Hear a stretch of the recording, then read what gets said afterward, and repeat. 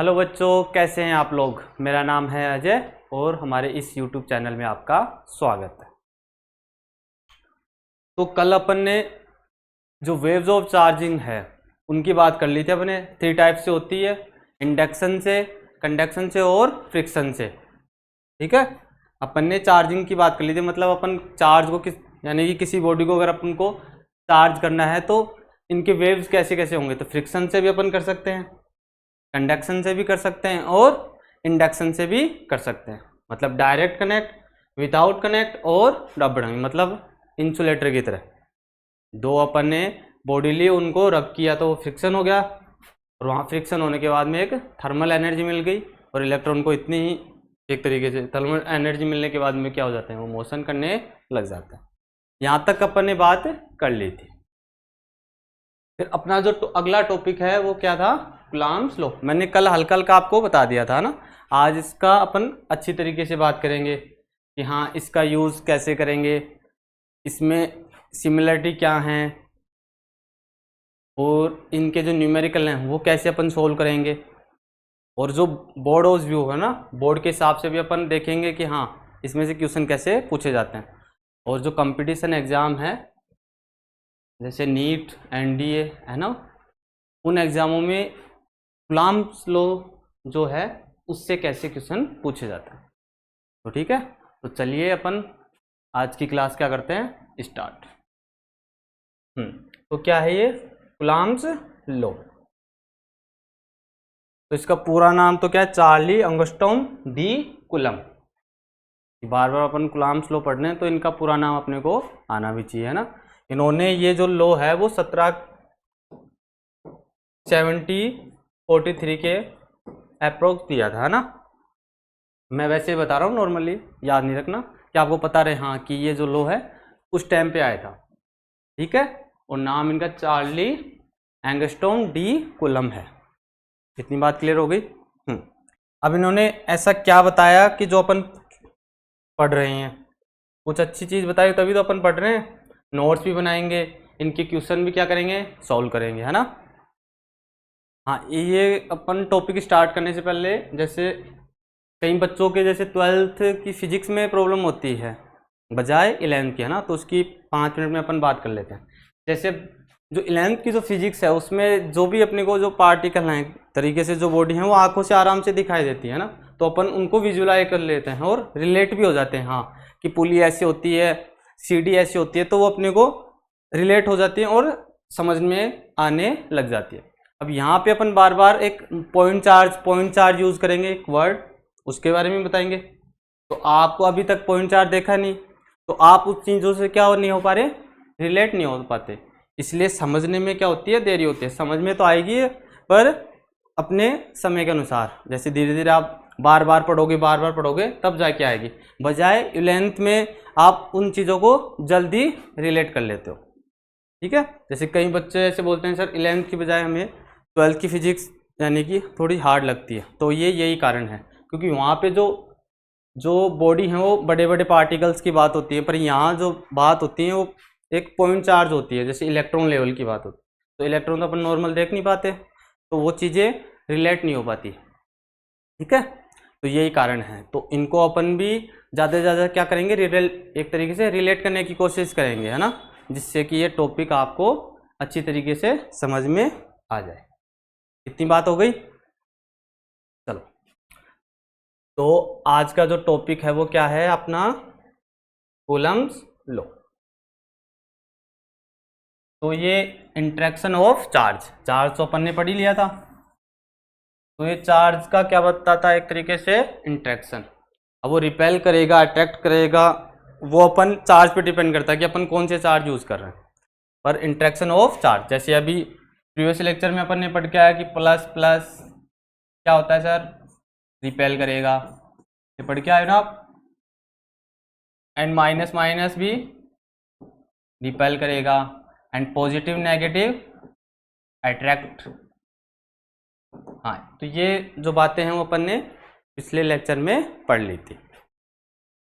तो अब जो कूलम, जो अपने भाई जी हैं, ऐसे कह सकते हैं इनको कि जो कूलम ने जो नियम बताया था, तो वो इस प्रकार से बताया था कि जैसे अपने पास कोई दो चार्ज हैं, तो अपन ने दो चार्ज ले लिया, तो एक तो मैंने प्लस क्यू ले लिया, ये तो हो गया प्लस क्यू, और ये हो गया प्लस क्यू। ठीक है, ये अपन ने दो चार्ज ले लिए। अब जो चार्ज ये उनका जो सेंटर है, क्या है, सेंटर है, इसका भी जो सेंटर है क्या है, सेंटर है। तो जो Q1, इसको 1 नाम दे देते हैं, इसको 2। तो जो Q1 जो चार्ज है उसके सेंटर से Q12 के जो चार्ज के सेंटर थे, जो बिटवीन डिस्टेंस है टू चार्ज, वो क्या है, R है। ये ऐसा कौन बता रहा है, कूलम्ब बता रहा है कि हाँ मैंने दो चार्ज लिए, उनकी जो बीच की डिस्टेंस है वो मैंने ले ली R। आगे, अब जैसे इस पार्टिकल को मैंने ऐसे पकड़ के रखा है, तो तब इसको मैं ऐसे रखूंगा, तो ये जो प्लस क्यों है वो किस डायरेक्शन में जाएगा, रिपल होगा क्या अट्रैक्ट होगा, रिपल होगा क्या अट्रैक्ट होगा, क्या होगा सर, रिपल होगा। तो वो किस डायरेक्शन में जाएगा, किस डायरेक्शन में जाएगा, किस डायरेक्शन में जाएगा, इस डायरेक्शन में। तो अपन कह सकते हैं जो फोर्स है वो 1 to 4, मतलब जो Q1 के कारण Q2 पर जो फोर्स लग रहा है, तो वो किस डायरेक्शन में हो गया, इस डायरेक्शन में। इतनी बात क्लियर हो गई। ऐसे ही अगर मैं सर इस चार्ज को ऐसे पकड़ के रखूं, तो ये किस तरफ भागेगा, तो ये इस तरफ, तो ये कितना हो जाएगा, 1 है, पर किसके कारण लग रहा है, तो 2 1 के कारण। इतनी बात समझ में आ गई। हाँ, अब आपके मन में ऐसे आ रहा होगा सर ये लाइन में ही क्यों हो रहे हैं, इस साइड में क्यों नहीं जा रहा, या इस साइड में क्यों नहीं जा रहा, रिपल ही तो कर रहे हैं, तो सर ऐसे भी तो कर सकते हैं रिपल, या ऐसे भी तो कर सकते हैं रिपल, या ऐसे भी तो कर सकते हैं रिपल। ठीक है, तो कूलम्ब ने बात बताई, जो फोर्स है वो एक्ट करेगा along line joining center of two charge। तो कूलम्ब को ऐसा लगा कि हाँ ये ऐसे भी हो सकता है, तो उसने क्लियरिफिकेशन बता दिया कि हाँ अगर आपके मन में ऐसा क्वेश्चन आ रहा है तो मैं बता रहा हूँ कि जो चार्ज है वो एक लाइन की डायरेक्शन में ही क्या जाएंगे, मोशन करेंगे, या अगर रिपेल करेंगे या अट्रैक्ट करेंगे, तो इस डायरेक्शन में और इस डायरेक्शन में मोशन नहीं करेंगे। यहाँ तक बात समझ में आ गई। आगे बढ़ते हैं। तो ये तो हो गया फोर्स की बात। तो ये क्या हो गया, F12 वेक्टर इस डायरेक्शन में और F21 इस डायरेक्शन में। तो आप देख रहे होंगे कि जो F12 है नेगेटिव F21, तो इनकी जो डायरेक्शन है वो क्या है, डायरेक्शन तो क्या है, अपोजिट है। बट अगर अपन मैग्नीट्यूड ले लें तो क्या हो जाएगा, जब अगर अपन मैग्नीट्यूड ले लेंगे तो क्या हो जाएंगे, सेम हो जाएंगे। तो F is equal to mod of F12 vector is equal to mod of 2 1। यहां तक बात समझ में आ गई। कूलम्ब ने बताया दो चार्ज लिए मैंने, बीच की डिस्टेंस R ले ली। अगर एक चार्ज को अपन रखेंगे, अगर मैंने सेम चार्ज लिया तो वो क्या करेंगे, रिपल करेंगे। तो रिपल करेंगे तो वो एक लाइन ज्वाइनिंग जो सेंटर है उस तरीके से मोशन करेंगे। ठीक है, इसी प्रकार ये भी क्या करेगा, रिपल करेगा। तो दोनों की जो डायरेक्शन है वो क्या होगी, अपोजिट होंगी, बट जो मैग्नीट्यूड है वो क्या होगा, सेम होगा। यहां तक बात हो गई। अब देखो ये जो फोर्स है ये जो फोर्स है, अगले वाले जो पेज में देखते हैं इसको। तो F समानुपाती या proportional, F proportional Q1 Q2। अब इसको समझते हैं। तो देखो अपन ने चार्ज लिए, तो यहाँ पे अपन किसकी बात करेंगे, पॉइंट चार्ज की बात करेंगे। मूविंग ए, और यहाँ पे क्या करेंगे, बात किसकी करेंगे, पॉइंट चार्ज की। अब जैसे अपन ने जो Q1 और Q2 चार्ज लिए हैं, जैसे अपने पास कोई गोला है और उसके चारों ओर क्या है, पॉजिटिव पॉजिटिव हैं, कोई चार्ज है, ठीक है। तो जो फोर्स है वो भारी जो अपन जो चार्ज लेंगे उन पे डिपेंड करेगा। और अगर अपन ऐसे ही अगर इसको छोटा लें, एक तरीके से पॉइंट चार्ज लें, तो उनके बीच में जो फोर्स है वो कम लगेगा। बातें समझ में आ रही है। अगर एक दो बड़ी बॉल अपन यूज करेंगे तो उनको बीचों में, उनके जो बीच में फोर्स क्या लगेगा, ज़्यादा फोर्स लगेगा। और अगर वही बात अगर अपन एक पॉइंट चार्ज की लें तो उनके बीच में जो फोर्स है वो क्या करेगा, डिपेंड करेगा। तो जो कूलम्ब्स लॉ है वो क्या बता रहा है, जो फोर्स है वो Q1 और Q2 चार्ज पे भी डिपेंड करता है। तो कैसे करता है ये मैंने बता दिया। अगर अपन भारी चार्ज लेंगे तो उन पे अलग फोर्स लगेगा, अगर वही अगर चार्ज को अपन एक पॉइंट चार्ज लें तो उन पे फोर्स उनके अकॉर्डिंग लगेगा। ये बात क्लियर हो गई। अगला क्या है, फोर्स इनवर्सली प्रोपोर्शनल क्या है, 1/r²। इसको ऐसे भी समझ सकते हैं। तो जो इलेक्ट्रिक फोर्स है वो किस पे डिपेंड कर रहा है, 1/r² पे भी क्या कर रहा है, डिपेंड कर रहा है। तो इसको कैसे समझें, जैसे अपने पास दो कोई चार्ज हैं, ठीक है, उनके बीच की डिस्टेंस क्या है, r है। अगर ये r अगर इस r को अपन क्या करें, डिक्रीज करें, क्या करें, डिक्रीज करें, तो जो अपना फोर्स है वो क्या हो जाएगा, एक तरीके से इंक्रीज हो जाएगा। क्या हो जाएगा, इंक्रीज हो जाएगा, मतलब ज्यादा लगेगा, पास पास में आएंगे ना चार्ज, तो वो फोर्स क्या होगा, वहां पे ज्यादा एक तरीके से काम करेगा। अगर इस पॉइंट चार्ज को अपन बहुत दूर दूर कर दें, जैसे एक पॉइंट चार्ज यहाँ पे है, दूसरा पॉइंट चार्ज आपके पास है, ठीक है, तो वो डिस्टेंस क्या हो गई, उनकी ज्यादा हो गई, तो उन पे फोर्स क्या हो जाएगा, फिर कम लगने लग जाएगा। तो आप देख रहे होंगे जो डिस्टेंस है उस पर भी क्या कर रहा है, ये डिपेंड कर रहा है। क्योंकि देखो दो बॉल अपन लेंगे, अगर इनको पास पास करेंगे तो आप देखेंगे बड़ी बड़ी बॉलें हैं, अगर उन्हीं को अगर अपन दूर दूर कर दें तो वही बॉलें अपने को क्या छोटी छोटी दिखाई देंगी, ठीक है। तो वो है, तो किस पे डिपेंड कर रहा है, आर फोर्स पे डिपेंड कर रहा है, किस पे, इलेक्ट्रिक फोर्स पे।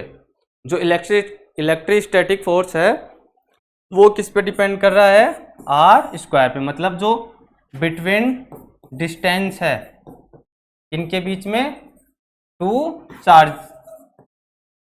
के बीच में जो है डिस्टेंस है उस पे भी डिपेंड करता है। तो यहाँ पे दो बात अपन सीखा है अभी क्या है, जो इलेक्ट्रिक फोर्स है वो चार्ज पे भी डिपेंड करता है कि अपन कौन सा चार्ज ले रहे हैं, उनके मास पे चार्ज लेंगे तो उनका मास भी आएगा। क्योंकि अपन ने जो फर्स्ट इसका जो बेसिक लेक्चर पढ़ा था वहाँ पे एक लाइन हमने लिखी भी थी, charge comes with mass, charge के साथ क्या आएगा, मास भी आएगा। तो अपन कौन सा चार्ज ले रहे हैं तो वो डिपेंड करेगा।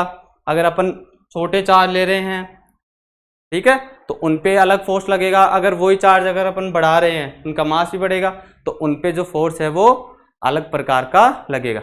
ऐसे ही अगर अपन डिस्टेंस की बात करें तो डिस्टेंस पे भी क्या कर रहा है, एक तरीके से डिपेंड कर रहा है। क्योंकि जैसे जैसे अगर अपन दूरी बढ़ाएंगे तो फोर्स भी क्या हो जाएगा, डिक्रीज हो जाएगा। क्योंकि जैसे जैसे आप करेंगे तो फोर्स अपने आप ही क्या हो जाएगा, कम होने लग जाएगा। ठीक है, इतनी बात समझ में आ गई, बातें विजुलाइज हुई कि हाँ कि कूलम्ब्स लॉ ने ये वाली बात बताई। इतनी बात हो गई थी। अब जो हमने इतनी सारी बातें पढ़ी हैं उनको मिला के अपन क्या कर लेते हैं, एक फॉर्मूला बना लेते हैं। क्या बना लेते हैं, फॉर्मूला बना लेते हैं एक। तो F इज इक्वल टू, या एक लाइन में पीछे लिखूं तो क्या हो जाएगा,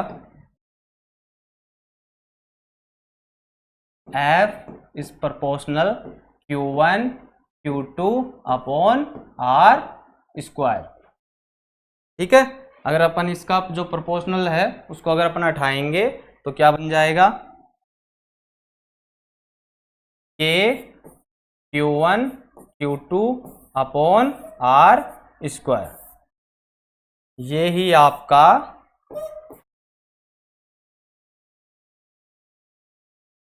कूलम्ब्स लॉ है। तो देखो इसमें कितनी चीजें अपन ने सीखी, यानी कि जो चार्ज हैं वो क्या है, रेस्ट हैं। ठीक है, फिर दूसरी बात मैं यानी इस तरफ समझा देता हूँ आपको, ये वाली बात, ये बात समझ में आ गई।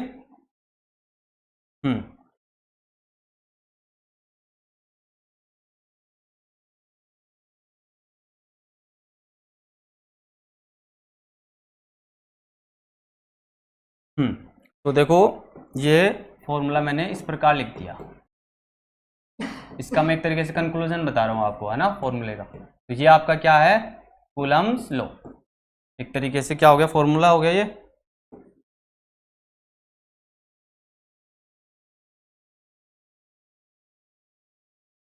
कूलम्ब्स, हाँ। तो अब अपन इसकी बारी बारी बातें करते हैं। देखो, तो पहले अपन ने क्या किया, जो जो चार्ज है वो क्या होने चाहिए, रेस्ट होनी चाहिए, क्योंकि अपन इसमें पढ़ रहे हैं, अपन इलेक्ट्रोस्टैटिक में। तो चार्ज क्या है, रेस्ट हैं। फिर और चार्ज भी होने चाहिए, तो वो कौन से होने चाहिए, पॉइंट चार्ज होने चाहिए। कौन से चार्ज होने चाहिए, पॉइंट चार्ज होने चाहिए। फिर दो अपन ने चार्ज लिया, Q1 और ले लिया और Q2 ले लिया।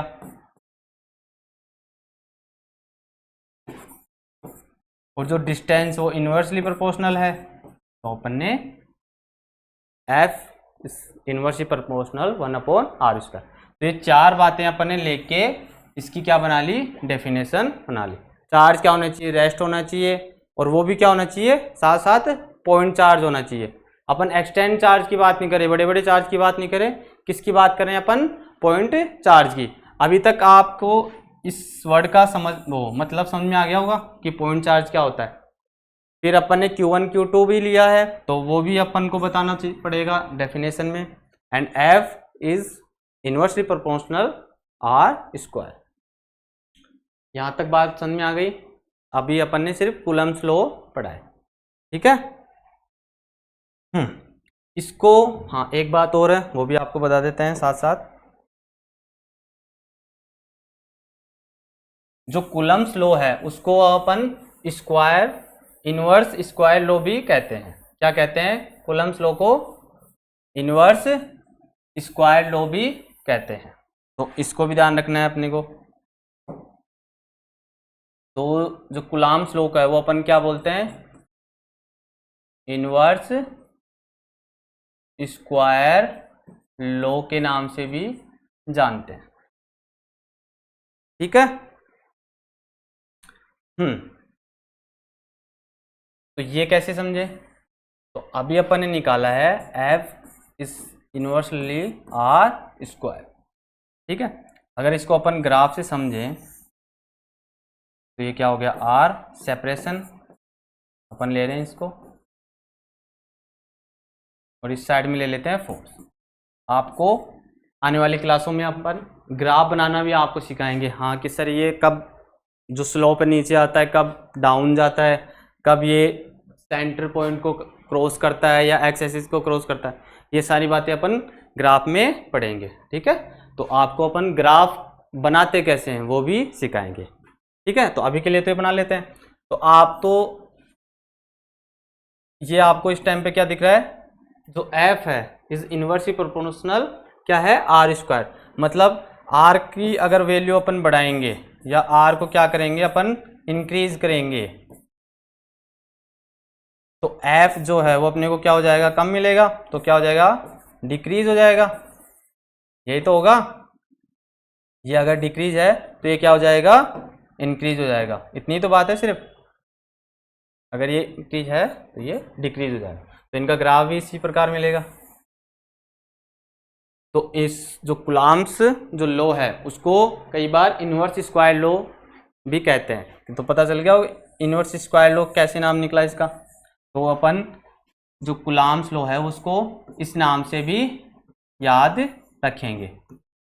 ठीक है, यहां तक बात समझ में आ गई। आगे बढ़ते हैं।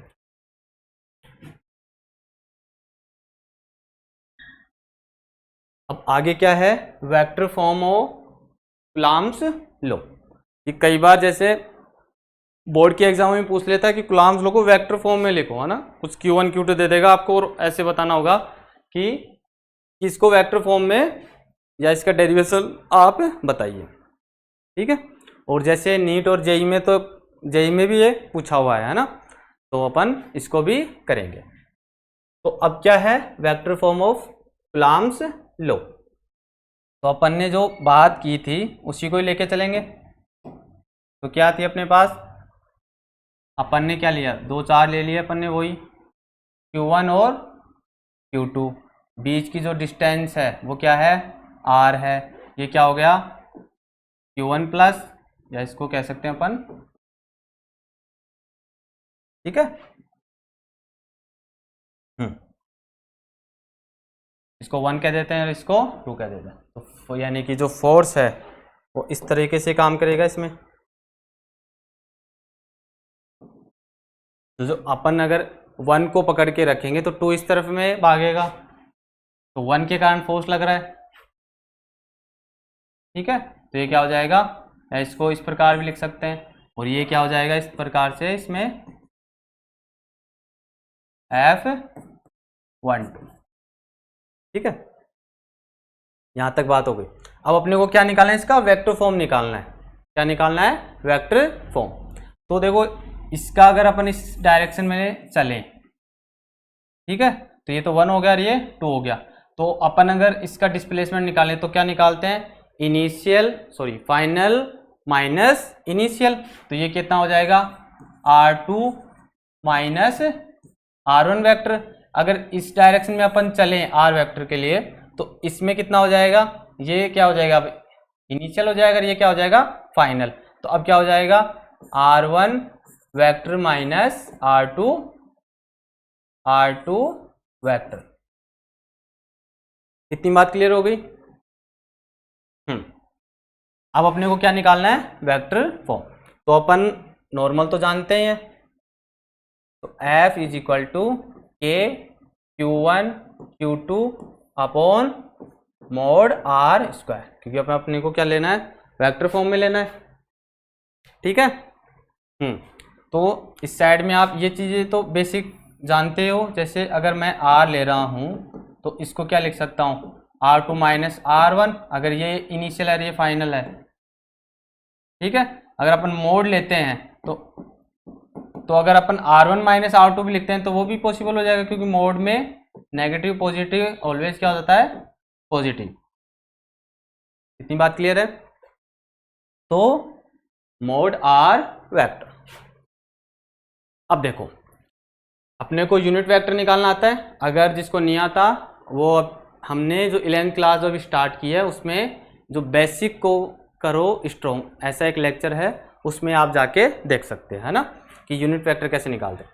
तो जैसे यूनिट वेक्टर है उसको कैसे निकालेंगे, जैसे मैंने इसको ऐसे याद रखने के लिए कहा था, ए कैप। तो ये तो क्या हो गया, इसकी डायरेक्शन हो गई। तो ये क्या हो जाएगा, ए वेक्टर अपॉन मॉड ऑफ ए। तो जैसे अगर अपन इसकी बात करें तो पहले अपन इसकी बात कर लेते हैं, क्या है, R1 माइनस R2, इस डायरेक्शन से। समझ में आ गई। तो क्या हो जाएगा,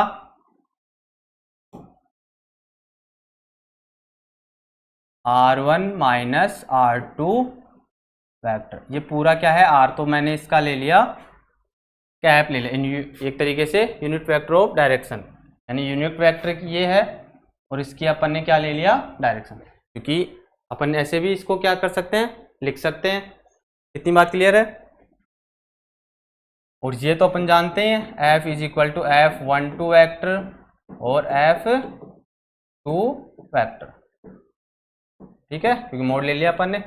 चलो अब देखो इसकी जगह अपन ये वाली कंडीशन अगर अपन यूज करें तो इसको कैसे लिख सकते हैं, मैं यहाँ पे लिख के बता रहा हूँ आपको। जैसे अगर अपन R1 माइनस R2 कैप लिख रहे हैं तो कैसे लिखेंगे, R1 माइनस R2 अपॉन में mode R1 minus R2 vector, ऐसे अपन लिख सकते हैं। इस फॉर्मूले का यूज करके यूनिट वेक्टर निकालना आप शायद सीख गए होंगे। अब अगर नहीं सीखा तो हमारा जो लेक्चर है वो तैयार है आपके लिए, जाके आप देख सकते हैं। तो इसका यूज करके मैंने ये अप्लाई कर दिया और ये वैल्यू अपन ने यहाँ पे क्या कर ली, पुट कर दी, ठीक है। तो के Q1 Q2 अपॉन ये ऐसे कैसे है अभी, अब इसकी जगह अपन क्या लिख सकते हैं, ये लिख सकते हैं R1 vector R2 vector mode R1 vector R2 vector. इतनी बात समझ में आ गई, आगे बढ़ते हैं। अब देखो इसको अपन क्या लिख सकते हैं, यहाँ पे मैंने बताया था ये वाला, या ऐसे भी लिख सकते हैं। तो इसके लिए अपन क्या लिख सकते हैं, के Q1 Q2 तो R1 vector minus R2 vector, और ये क्या हो जाएगा mod R, and then last line के Q1 Q2 upon mod R की power cube and R1 vector minus R2 vector. जैसे ये कई बार, जैसे कई बुक्स में ऐसे कंफ्यूज रहता है ना कि जैसे R21 या R12, ऐसे अच्छी अच्छी बुक्स में ये इस प्रकार की है मिस्टेक, है ना। तो अगर वो ऐसा लिख रहे हैं तो कुछ उनका रीज़न होगा कि हम तो इतने हैं ज्ञानी नहीं है कि इनको सही कर सके, है ना। तो मैंने ये नहीं लेके सीधा ये लिख दिया R1 माइनस R2। जैसे इसमें F12 है F21 है, उसको भी अगर अपन लें तो मोड ऑफ F यूज कर सकते हैं। तो ये कंफ्यूज ना हो तो मैंने सीधा ये एक तरीके से यूज कर लिया, ठीक है। चलो तो ये तो हो गया किसके लिए, F12 के लिए, जो फोर्स है वो F12 के लिए हो जाएगा। इतनी बात क्लियर हो गई। F12 के लिए तो इस तरीके से इसको इसका ऐसे अगर लिखें तो इस प्रकार से लिखा जा सकता है। अगर अपन F21 के लिए अगर अपन लिखें इसको,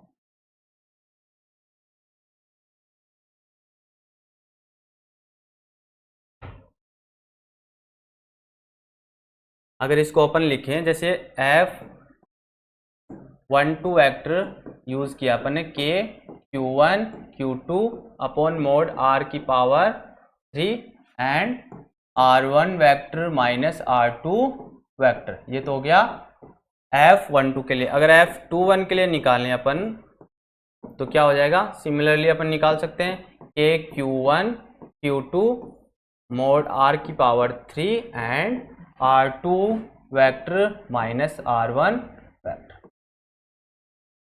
तो ये आपके सामने जो इक्वेशन है वो क्या है, एक तरीके से वेक्टर फॉर्म में मैंने क्या निकाल लिया, कूलॉम्स लॉ अपन ने डिफाइन कर दिया, ठीक है।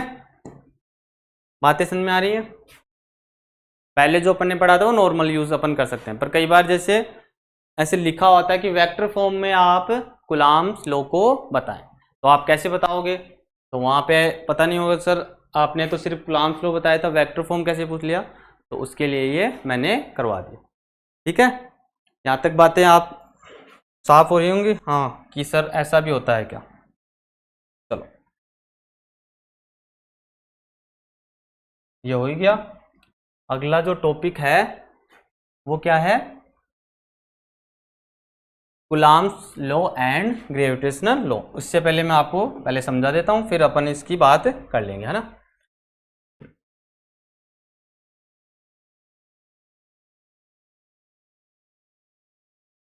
तो इस साइड में तो अपन लिख लेते हैं कूलम्ब्स लॉ एंड ये ग्रेविटेशनल।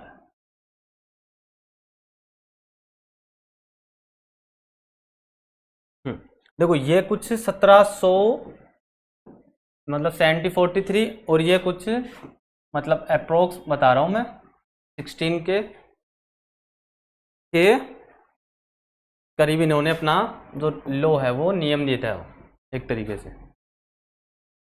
तो इसमें कुछ सिमिलरिटी भी है, कुछ डिफरेंस भी है कि कई बार डिफरेंस पूछ लेता है तो अपन को पता होना चाहिए कि हाँ ग्रेविटेशनल में ये डिफरेंस होते हैं, ये सिमिलरिटी होती है। ठीक है, तो वन बाय वन अपन बात कर लेंगे इनकी। ठीक है, तो देखो कूलम्ब्स लॉ है, क्या है जो कूलम्ब्स लॉ है वो एक तरीके से आप देख रहे होंगे, इसको ऐसे समझ सकते हैं जैसे ये तो हो गया एफ जी और ये क्या हो गया एफ। इसको तो अपन अब यहाँ पे कूलम्ब्स लॉ नहीं बोलेंगे, बार बार एक यूज करेंगे इलेक्ट्रिक फोर्स या इलेक्ट्रिक स्टैटिक फोर्स, और इसको अपन बोल ही रहे ग्रेविटेशनल फोर्स, है ना। तो इसको अपन लिखते हैं पहले, है ना, जिससे आपको थोड़ा सा समझ में आएगा।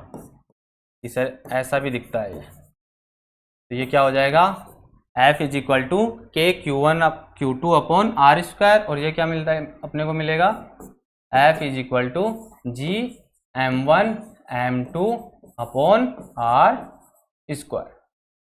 तो कुछ सिमिलरिटी मिल रही होंगी, इसमें भी इसने Q1 Q2 ले लिया और इसने मास को यूज कर लिया M1 और M2। जो बिटवीन जो डिस्टेंस है वो दोनों की क्या है सेम है आर स्क्वायर, और इसके बीच में भी जो दो मास हैं उनकी जो बिटवीन डिस्टेंस है वो भी क्या है आर स्क्वायर। अब जैसे इसकी अपन बात करें तो जो कूलम्ब है वो पॉजिटिव चार्ज लेके भी लो अपने ने दिया है और नेगेटिव चार्ज लेके, तो अपन क्या कह सकते हैं ये अट्रैक्टिव एंड रिपल्सिव, क्या है अट्रैक्टिव भी है और रिपल्सिव भी है, पर ये तो क्या करेगा सिर्फ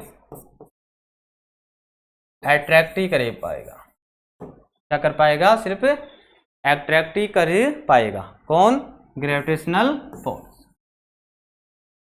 बातें समझ में आई, और ये अट्रैक्ट भी करेगा और रिपल्सिव भी करेगा। आगे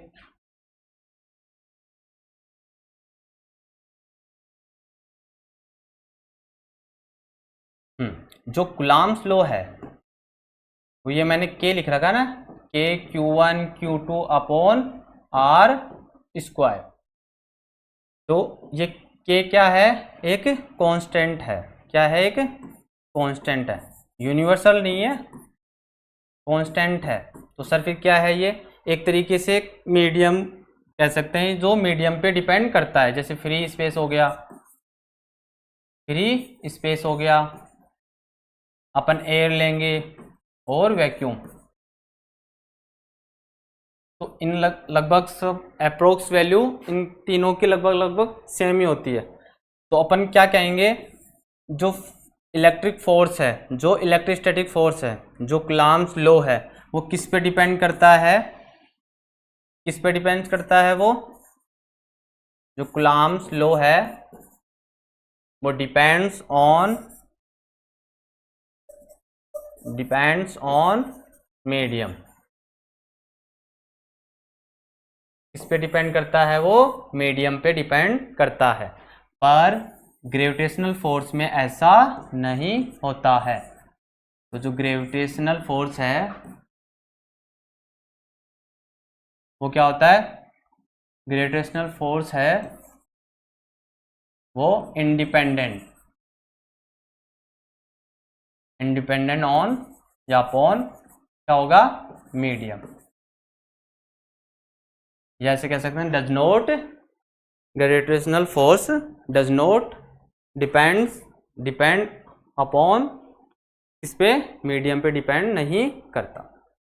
दो बातें समझ में आई, एक तो मीडियम पे डिपेंड नहीं करता, और दूसरा जो कूलम्ब लॉ है, जो इलेक्ट्रोस्टैटिक फोर्स है वो अट्रैक्टिव भी होती है और रिपल्सिव भी होती है, पर जो अपना ग्रेविटेशनल फोर्स है वो सिर्फ आकर्षण का ही गुण रखता है, और जो कूलम्ब लॉ है वो प्रतिकर्षण का गुण भी रखता है और साथ में ही आकर्षण का गुण भी रखता है। यहाँ तक बात में आ गई। और सर ऐसे कुछ इसमें, ये तो मैंने बता दी है, कुछ डिफरेंस भी हो गया, कुछ सिमिलरिटी भी हो गई। और जैसे अपन बात करें, जैसे के की क्या वैल्यू होती है, जैसे के की वैल्यू लिख लेते हैं अपन, तो 9 मल्टीप्लाई की power 9 newton metre square upon coulomb square. ठीक है, ये मैंने कैसे निकाला, इसको यहां से समझते हैं ना। देखो ये क्या है, के है, क्या है, क्या है, ये के है,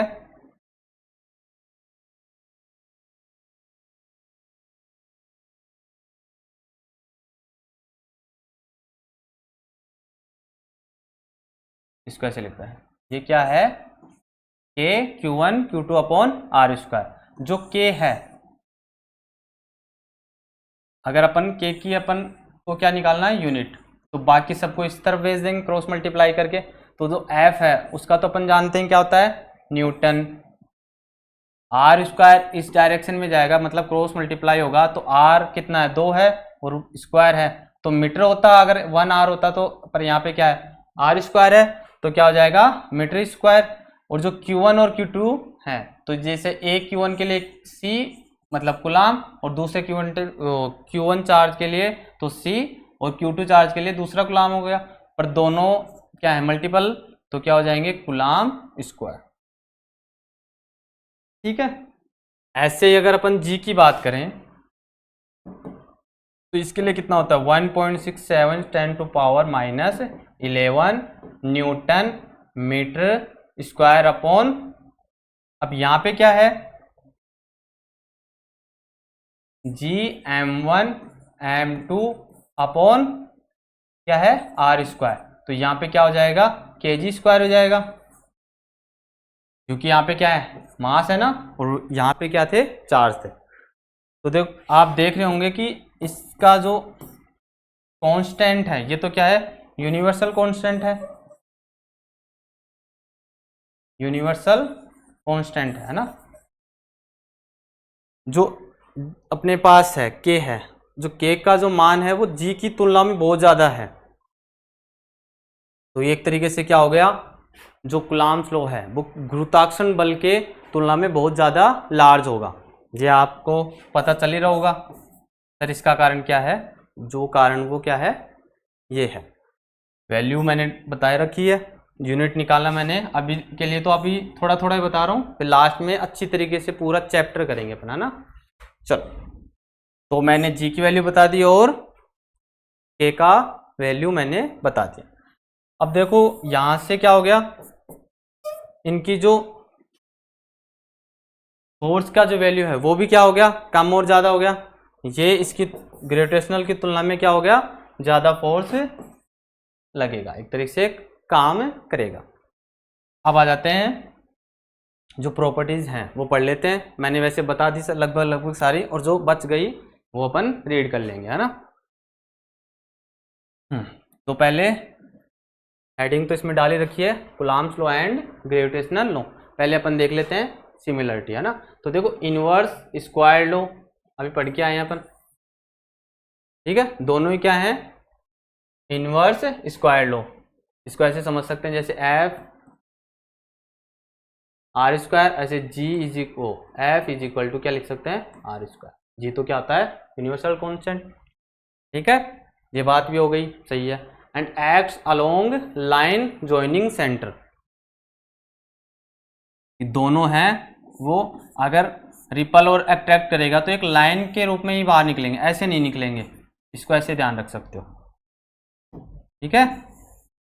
तो इस प्रकार से तो ये क्या हो गया, एक तरीके से सेंट्रल फोर्स भी हो गए।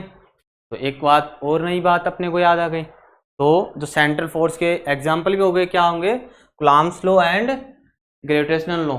और अगर अपन को दोनों को एक लाइन में अगर बताना हो तो उसके लिए क्या हो जाएगा, जो इनवर्स जो स्क्वायर लॉ हैं, ठीक है, वो क्या होते हैं, एक तरीके से इसमें सेंट्रल फोर्स में अपन यूज कर लेते हैं, उनके एग्जाम्पल होते हैं। ये तो क्या हो गई, सिमिलरिटी हो गई। अब करते हैं अपन डिफरेंस की बात। तो ये तो क्या हो गया, इलेक्ट्रिक फोर्स, तो क्या होगा, repulsive as well as attractive, मतलब रिपल्सिव भी होगा और अट्रैक्ट भी करेगा, ठीक है। और जो अपने पास ग्रेविटेशनल फोर्स है वो ऑलवेज क्या करेगा, अट्रैक्टिव ही रहेगा हमेशा, ऑलवेज क्या रहेगा, हमेशा आकर्षण ही करेगा। ये आपको लगभग पता भी है, 10th क्लास से आप पढ़ के आते हो कि जो एप्पल है वो नीचे की तरफ ही गिरता है। ये किसने बताया था, अपने आइजैक जो न्यूटन है उन्होंने बताया था, ठीक है। क्या, तो ये क्या करेगा, अट्रैक्टिव करेगा। दूसरा डिफरेंस क्या है, जो अपने पास क्या है, ग्रेविटेशनल फोर्स है वो मीडियम पे क्या नहीं करता, डिपेंड नहीं करता। किस पे डिपेंड नहीं करता, मीडियम पे डिपेंड नहीं करता। पर जो अपना इलेक्ट्रिक फोर्स है, जो कूलॉम्स लॉ है, वो क्या किस पे डिपेंड करता है, मीडियम पे डिपेंड करता है। तो धीरे धीरे तस्वीर आपके साफ हो रही होगी, हाँ, कि कूलॉम्स लॉ ये होता है, इसकी डिफरेंस और सिमिलरिटी ये होती हैं, और कई कांस्टेंट की वैल्यू मैंने बताई रखी है आपको, है ना। और साथ साथ अब क्या करेंगे अपन, इसके ढेर सारे न्यूमेरिकल करेंगे। तो ये वाली बात आई थिंक आपको अच्छी तरीके से समझ में आ गई होगी, ठीक है। अगर फिर भी अगर कोई डाउट रह जाता है या लिखने में कुछ ऐसा हो जाता है, हाँ उस टाइम पे सर आप इस प्रकार लिख रहे थे और ये रह गया, तो कमेंट बॉक्स में आप बता सकते हैं, हमारी टीम आपको ज़रूर जवाब देगी, ठीक है। चलो आगे बढ़ते हैं फिर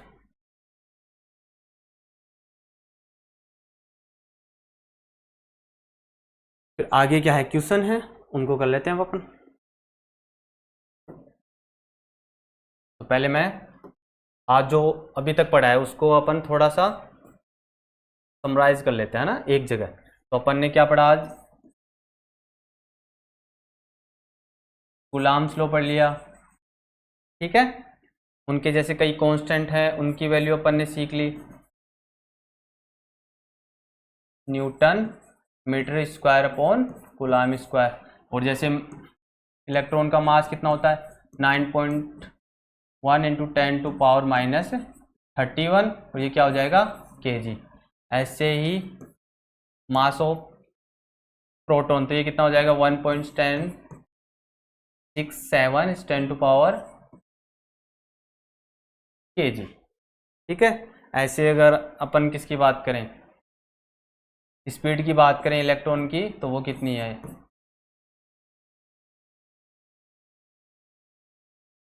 ठीक है। उसके बाद में अपन ने क्या देखा था, वेक्टर फॉर्म में अपन ने क्या निकाला था, कूलॉम्स लॉ निकाला था, कूलॉम्स लॉ निकाला, ठीक है। उसके बाद में फिर अपन ने क्या किया, डिफरेंस मतलब कुछ सिमिलरिटी लिखी थी और कुछ क्या कर सकते हैं अपन, डिफरेंस भी बताया था।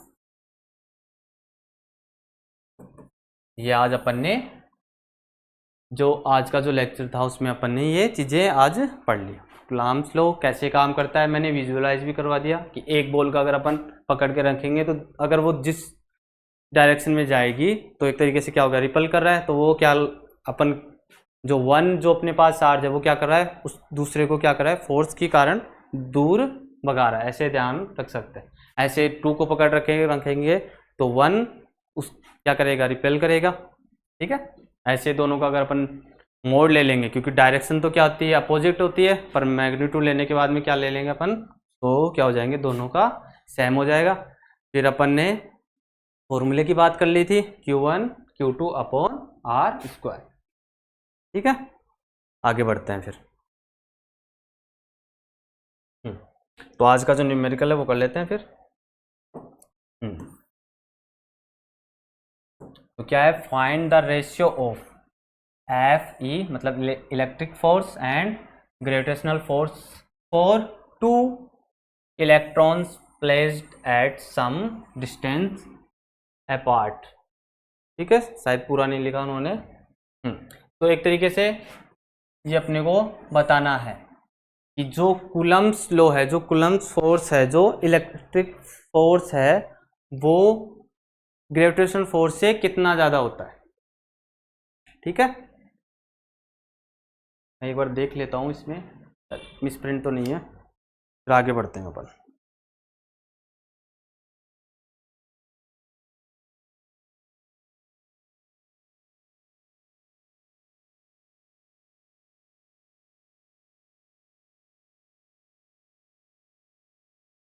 चलो नहीं है। तो देखो पहले अपन क्या कर लेते हैं, फॉर्मूले लिख लेते हैं पहले इनके। क्या है, के Q1 Q2 upon R square, और क्या है F G is equal to G M1 M2 upon R square. ठीक है,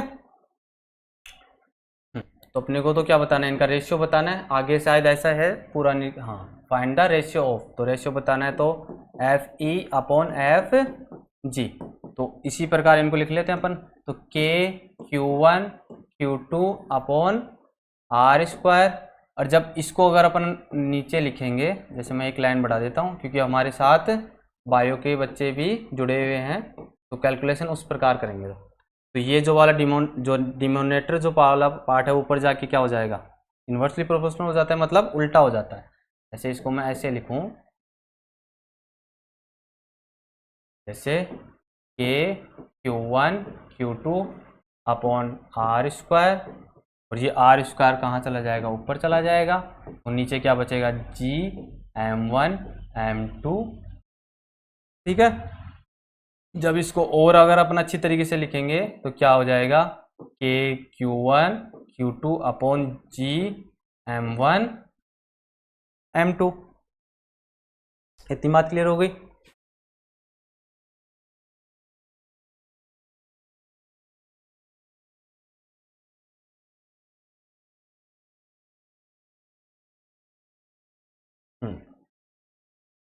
तो अपन ने यहाँ से क्या लिख लिया, F E upon F G. Sir आपने ऐसा क्यों लिखा, क्योंकि क्वेश्चन क्या पूछ रहा है, रेशियो, तो रेशियो इसी प्रकार निकालते हैं अपन। तो ये क्या हो जाएगा, के Q1 Q2 upon ji M1 M2। If अगर ये सेम है तो Q1 Q2 अगर अपन सेम लेते हैं तो क्या हो जाएगा, के Q मतलब Q स्क्वायर अपॉन में जी M स्क्वायर।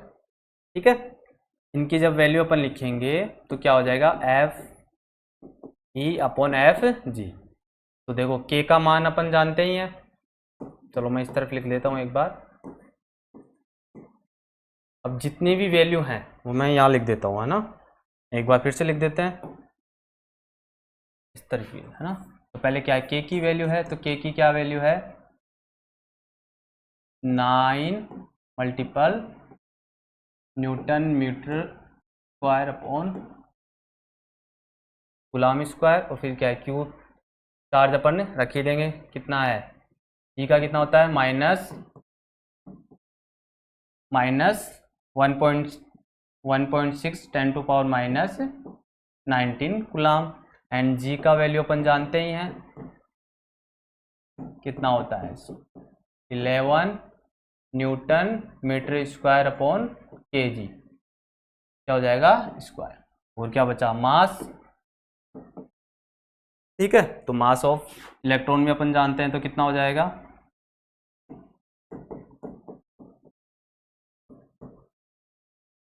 ये कितना हो जाएगा kg। इसमें शायद ऑप्शन भी थे, मैंने ऑप्शन नहीं दिया ना, ऑप्शन दे देता हूँ जिससे थोड़ा इंटरेस्ट बढ़ेगा आपका, है ना। शायद इसमें ऑप्शन भी थे, है ना, लिखने में नहीं आए होंगे।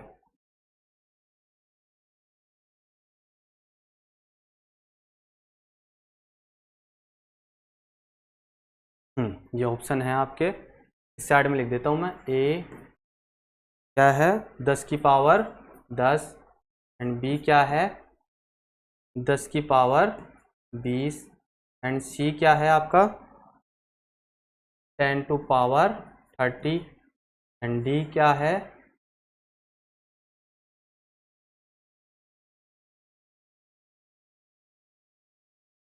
ठीक है।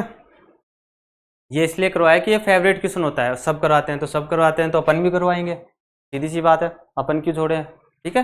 तो ये फेवरेट क्वेश्चन है तो अपन इसी से स्टार्ट किया है ना। तो अपन ने सारी अगर वैल्यू अगर अपन इसमें क्या करें, पुट करेंगे, क्या करेंगे, पुट करेंगे, तो क्या आएगा अपने पास, तो वैल्यू जब अपन पुट करेंगे तो कितना है, 9 इंटू 10⁹ टू 1.6 इस 10⁻⁻19 अपॉन में जी की वैल्यू कितनी है 1.67 10⁻11 एंड मास कितना है 9.1 इंस 10⁻31, ठीक है। ये सारी वैल्यू मैंने पुट कर दी। जब अगर अपन इसको कैलकुलेट करेंगे तब अपने पास जो अप्रोक्स आएगा वो इतना आएगा 10⁻42। अब आप बोलोगे सर आपने तो सीधा लिख दिया, हाँ क्योंकि ये एक फेवरेट क्वेश्चन है और हमेशा इसी प्रकार आएगा, तो आपको भी ये याद रखना है। तो अगर आप कैलकुलेट करना चाहें तो कैलकुलेट भी कर सकते हैं, ठीक है। तो ये F जो इलेक्ट्रिक फोर्स है वो अगर इसको अगर अपन ऐसे लिखें तो ये क्या हो जाएगा F जी। तो आप देख रहे होंगे कि जो इलेक्ट्रिक फोर्स है, इलेक्ट्रोस्टैटिक फोर्स है, वो जी से कितना बड़ा है, वो क्यों बड़ा है, आपके इनके जो कांस्टेंट है उनसे आप कंपेयर कर ही पा रहे होंगे कि हाँ सर इसलिए है ये बड़ा, ठीक है। क्या है ये, इसलिए है। देखो यहाँ से अगर अपन इस बात को करें, मैं फिर से लिखता हूँ, ये मिटन गया। तो मैं ये बता रहा था आपको, एक तो ये वैल्यू और ये क्या है कहाँ पे गई, और ये इससे, ठीक है। तो ये दोनों चीज़ें से यानी मतलब एक तरीके से आप देख सकते हो कि क्यों जो इलेक्ट्रिक फोर्स है वो ग्रेविटेशनल फोर्स से लार्ज है, जो फोर्स की तुलना में, ठीक है। ये न्यूमेरिकल कराने का यही मतलब था कि आप बातें समझ सकें यहाँ से, इसलिए आपने बताया। बातें क्लियर हैं? तो ऑप्शन कौन सा है अपने पास, देख लेते हैं। तो अपने पास ये तो क्या हो गया, ये तो क्या हो गया रॉन्ग, ये भी रॉन्ग, ये अपने पास अप्रोक्स मिल रहा है तो ये क्या हो जाएगा राइट। तो 10⁻40। इतनी बात क्लियर हो गई। क्या पूछ रहा था अपने से, find the ratio of electric force and gravitational force and some and distance apart, इस तरीके से मतलब रेशियो पूछ रहा था। अगर अपने इसको अगर इक्वल लें m1 m2 is equal to m, तो अपन निकाल सकते हैं कितना बड़ा है एज ए इलेक्ट्रिक फोर्स से, तो ये मैंने आपको बता दिया, ठीक है। और है क्या है, हाँ एक और है, चलो इसको भी देख लेते हैं अपन।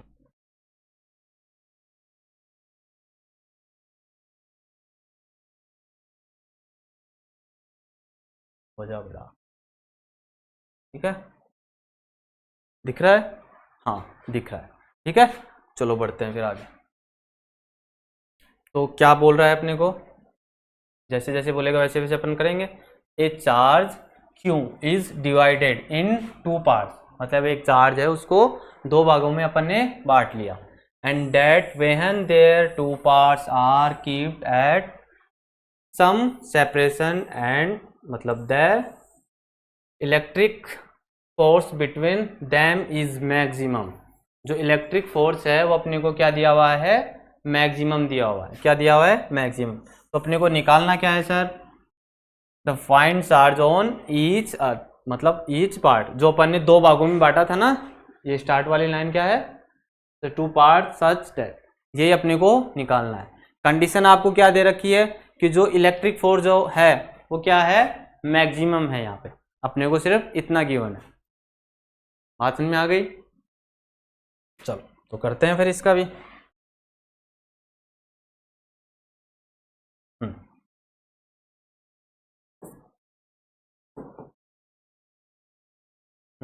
तो अपने पास जैसे इसको अगर अपन जैसे जैसे बोल रहा है वैसे वैसे अपन अगर अपन करें, तो जैसे कोई चार्ज है उसको अपन ने 2 भागों में बांट लिया, क्वेश्चन भी ऐसे बोल रहा है। जैसे मैंने इसको क्यों दे दिया और इसको, तो इसको मैंने मान लिया x और इसको मान लिया मैंने q माइनस एक्स। चलो इसको मैं हटा देता हूँ जिससे कंफ्यूज रहेगा, ठीक है।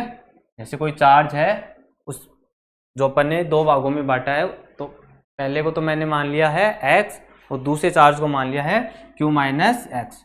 और जो बीच की जो डिस्टेंस है क्या है, जो बीच की जो डिस्टेंस है वो क्या है, r है, ठीक है। और जो अपने पास जो इलेक्ट्रिक फोर्स है वो क्या दिया हुआ है, मैक्सिमम दिया हुआ है। क्या दिया हुआ है, मैक्सिमम दिया हुआ है। इतनी बात क्लियर है। अब अकॉर्डिंग टू क्वेश्चन अपन इसको क्या करेंगे, सॉल्व करेंगे इस साइड में। तो ये फोर्स का जो फॉर्मूला है वो हमें याद हो गया होगा अभी तक।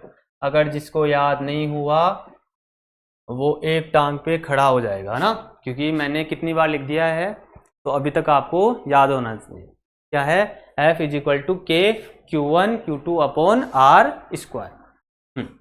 तो यहाँ पे अपने पास जो है F के, तो जो पहला जो चार्ज है वो क्या है, अपन ने क्या माना है, x माना है। और दूसरा जो चार्ज है वो क्या है, q माइनस एक्स। डिस्टेंस ऐसे कैसे रखेंगे अपन, ठीक है। अब जो अपने पास जो इलेक्ट्रिक फोर्स है वो क्या है, मैक्सिमम है। तो अगर मैक्सिमम है तो अपन इसको, अगर आपने अभी तक ये थ्योरम नहीं पढ़ी मैक्सिमम वाली थ्योरम, तो एक बैचलर में आती है ना, सेकेंड ईयर में शायद, है ना। तो वहाँ पे आती है अधिकतम संचरण पर में, है ना। तो जो किसी भी का भी अगर अपन मैक्सिमम निकाले, तो जिस चीज़ पे अगर वो डिपेंड करता है, जैसे y है तो x पे क्या कर रहा है, या x के रेस्पेक्ट में क्या हो रहा है, चेंज हो रहा है। तो इसका अगर अपन मैक्सिमम निकालेंगे y का, तो ये क्या हो जाएगा, dy y upon dx is equal to 0। नहीं समझ में आई, दोबारा देखते हैं ना। जैसे कोई y है अपने पास, क्या है अपने पास, क्या है, एक y है, वो x के रेस्पेक्ट में क्या हो रहा है, चेंज हो रहा है। तो dy upon D X is equal to क्या हो जाएगा, चेंज। इसको क्या बोलते हैं, मैक्सिमम होना, ठीक है। अभी के लिए आप इतना ही ध्यान रखो, है ना, ज़्यादा अपन डीप में नहीं जाएंगे क्योंकि अपना भी यूज ही नहीं है ना। चलो तो आते हैं फिर से क्वेश्चन पे। तो ये क्या हो जाएगा, dx, तो ये हो जाएगा, क्या हो जाएगा, dx इज इक्वल टू 0। अब आप बोल रहे हो सर r क्यों नहीं लिया, कि ये तो क्या है, कांस्टेंट है, ये चेंज थोड़ी हो रही है अभी के लिए तो, ठीक है। और आप जानते हो कांस्टेंट का डिफरेंशियल क्या होता है, 0 होता है। चेंज डिपेंड करे वो वाली बात है, ठीक है। और एक बात हमेशा ध्यान रखना, अगर कोई चीज चेंज होती है मतलब वो बदलती रहती है, उसकी तो क्या होती है, हमेशा डेरिवेशन होती है। पर जो चीज कांस्टेंट होती है उसका क्या होता है, फॉर्मूला। आते ध्यान रखना। चलो क्वेश्चन पे आते हैं। तो अपने पास क्या दिया हुआ है, इसका क्या करना है अपने को, x के रेस्पेक्ट में क्या करना है, डिफरेंशियल करना है। तो थोड़ा सा इसको अगर अपन और अच्छी तरीके से लिखें, तो मैं इस साइड में लिख देता हूँ जल्दी से। क्या हो जाएगा, qx minus x square by upon में r। तो अगर अपन इसका क्या करेंगे, डिफरेंशियल करें, तो क्या हो जाएगा, df upon dx is equal to k, क्या है, कांस्टेंट है, q इंटू एक्स। तो यहाँ पे क्या है, x है मल्टीपल में है और q भी क्या है, मल्टीपल में है। तो ये तो क्या होगा, एक तरीके से एज ए कांस्टेंट बिहेव करेगा। तो ये q बच जाएगा ऐसे कैसे, x का क्या हो जाएगा 1, क्योंकि dx अपॉन dx क्या होता है 1, ठीक है। और ये एक्स स्क्वायर, तो इसको किस फॉर्मूले से करेंगे अपन, जैसे एक्स स्क्वायर है तो ये क्या होता है 2x और इंटू dx अपॉन dx, ऐसे तो करते हैं। तो ये तो क्या हो जाएगा, कैंसिल होके 1। तो कौन से फॉर्मूले से करते हैं अपन, x की पावर n से करते हैं। तो वो क्या होता है, n आगे आ जाता है, n x की पावर n माइनस 1, n में क्या कम हो जाता है 1, और इंटू dx अपॉन dt, जो x है उसका क्या होता है, डिफरेंस। तो यहाँ पे कितना हो जाता है 2, और dx अपॉन dt, मतलब सॉरी यहाँ पे क्या है x है, तो क्या हो जाएगा dx अपॉन dx, तो क्या हो जाएगा 1, और ये एज इट इज चलते रहेंगे। और अब क्या आ जाएगा, इज इक्वल टू 0, मैक्सिमम की कंडीशन है। जब ये 0 हो जाएगा तो जो डिनोमिनेटर में है वो क्या हो जाएगा 0 एंड Q, चलो अगली वाली स्लाइड में इसको लिख लेते हैं, चलो इस साइड में लिख लेते हैं इसको।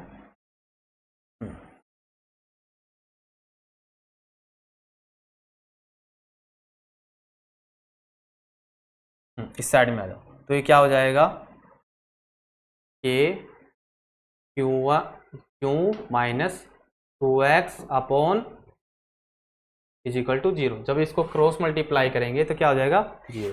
अगर चलो इस साइड में लिख लो, तो अगली वाली स्टेप क्या हो जाएगी K Q1 minus 2x is equal to 0। ये क्या होगी क्रॉस मल्टीप्लाई, ठीक है। अगर अपन इसको, ये भी क्या एक तरीके से क्या होगा 0 हो गया, और जो अपने को चाहिए वो क्या हो जाएगा Q minus 2x is equal to 0, और Q इज इक्वल टू अपने को क्या मिल जाएगा 2x, क्या मिल जाएगा 2x, Q is equal to या Q minus 2x is equal to 0, और Q इज इक्वल टू क्या हो जाएगा 2x and x is equal to क्या मिल जाएगा अपने को Q/2। जो अपन ने स्टार्ट में क्या माना था, सपोज किया था ना अपन ने, क्या किया था सपोज किया था, जैसे दो अपन ने चार्ज लिए थे, ये वाला एंड ये, इसको क्या माना था x, इसको माना था Q माइनस एक्स, जो बिटवीन डिस्टेंस है वो r थी, तो x की वैल्यू अपने पास आ गई, क्या आ गई Q माइनस 2, तो इसकी भी वैल्यू आ जाएगी, तो क्या हो जाएगा x की अगर अपन वैल्यू लिखेंगे तो क्या हो जाएगा, इसके लिए भी क्या आ जाएगा Q/2, तो दोनों के लिए क्या हो जाएगा Q/2 और Q/2। बातें समझ में आ रही हैं कैसे किया। चलो एक बार इस न्यूमेरिकल को दोबारा देख लेते हैं ना, क्या था,